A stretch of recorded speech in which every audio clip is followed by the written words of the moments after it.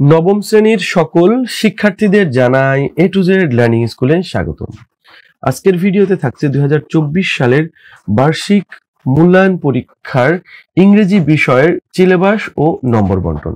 প্রথমে দেখে নেব নবম শ্রেণীর ইংরেজি বিষয়ের সিলেবাসটি।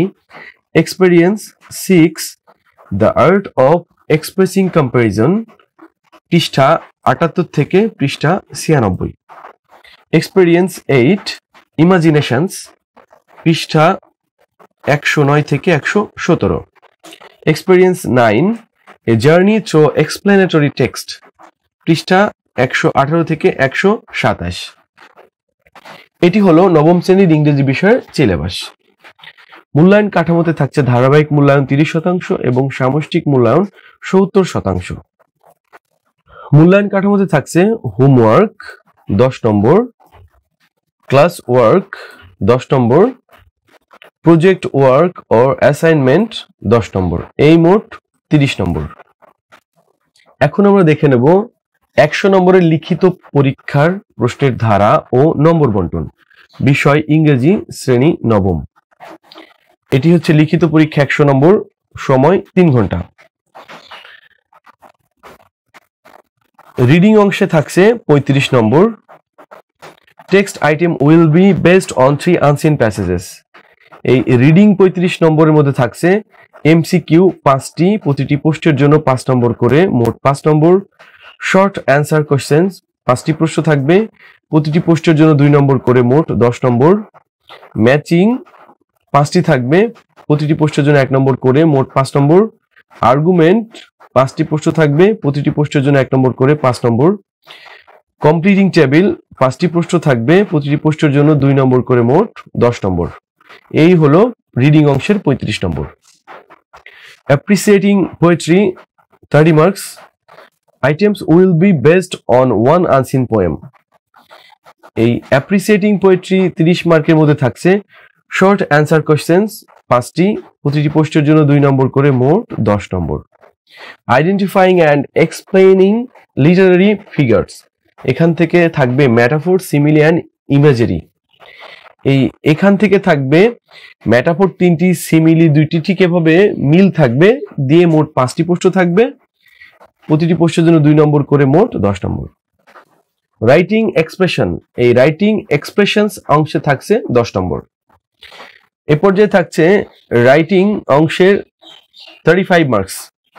এই রাইটিং অংশের 35 মার্কে যে বিষয়গুলো থাকছে তার মধ্যে রয়েছে রাইটিং প্যারাগ্রাফ থাকছে 10 নম্বর, রাইটিং কম্পেয়ার কন্ট্রাস্ট এসে মানে তুলনামূলক যে রচনা সেটাতে থাকছে 15 নম্বর। রাইটিং এক্সপ্লেনেটরি টেক্সট, এখান থেকে থাকছে 5টি প্রশ্ন থাকবে, 2 মার্ক করে, প্রতিটি পোস্টের জন্য, মোট 10 নম্বর। এই হলো টোটাল 100 নম্বরের লিখিত পরীক্ষার সিলেবাস এবং সময় থাকছে সর্বমোট 3 ঘন্টা। 100 নম্বরের মধ্যে শিক্ষার্থীর প্রাপ্ত নম্বরকে 70% কনভার্ট করা হবে। এখন আমরা নবম শ্রেণীর ইংরেজি বিষয়ের একটি নমুনা প্রশ্ন দেখে নেব, যেই প্রশ্নের আলোকে তোমার ফাইনাল পরীক্ষার কোশ্চেন আসবে। এখানে লেখা আছে স্যাম্পল কোশ্চেনের নমুনা প্রশ্ন, subject English, grade 9, time 3 hours, mark 100। একটি প্যাসেজ দেওয়া আছে, প্যাসেজ থেকে তোমাকে choose the best answer from the alternatives. এখানে এমসিকিউ এর অ্যান্সার করতে হবে 5টি। দেখতে পাচ্ছ যে এমসিকিউ 5টি প্রশ্ন আছে, দেখতে পাচ্ছ যে এই পর্যন্ত 5টি প্রশ্ন আছে। বিতে থাকছে right answer to the following questions, short question answers. এখানে 5টি প্রশ্ন থাকবে, 5টি প্রশ্ন থেকে 5টি উত্তর দিতে হবে, প্রতিটি প্রশ্নের জন্য 2 নম্বর করে, 10 নম্বর। তারপর থাকছে কলাম এ, কলাম বি, এখানে থাকছে 5 নম্বর। 2 নম্বর থাকছে read the following conversation and complete the activity that follows, থাকছে 5 নম্বর। 3 নম্বর থাকছে read the following text on cyber crime, then complete the activities that follows. এখানে দেখতে পাচ্ছ কজ, ইফেক্ট, প্রিভেন্টিভ মেজার্স, এখান থেকে থাকছে 10 নম্বর। 5টি গ্যাপ থাকবে, প্রতিটি গ্যাপের জন্য 2 নম্বর করে, মোট 10 নম্বর। পার্ট বি তে থাকছে অ্যাপ্রিসিয়েটিং পোয়েট্রি। দেখতে পাচ্ছ এখানে একটি কবিতা দেওয়া আছে, এখান থেকে তোমাকে অ্যান্সার করতে হবে। অ্যান্সার দ্য ফলোইং কোশ্চেন, 5টি প্রশ্ন থাকবে, প্রতিটি প্রশ্নের জন্য 2 নম্বর করে 10 নম্বর। বিতে থাকছে read the poem again and identify 3 metaphors and 2 similes.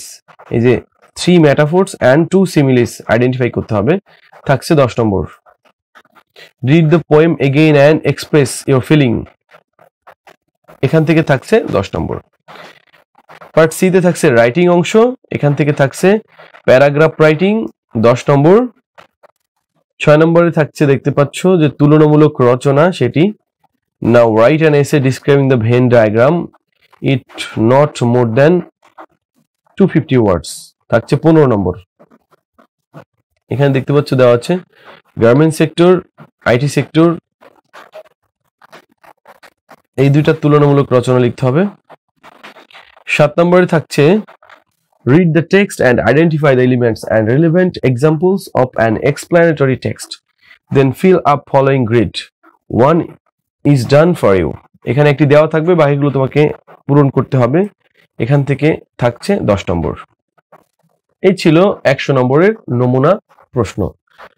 আমার চ্যানেলে যারা নতুন, এখনো যারা অন্যান্য সিলেবাস ভিডিও দেখোনি, উপরের আই বাটন থেকে সিলেবাস ভিডিওগুলো দেখে নিতে পারো।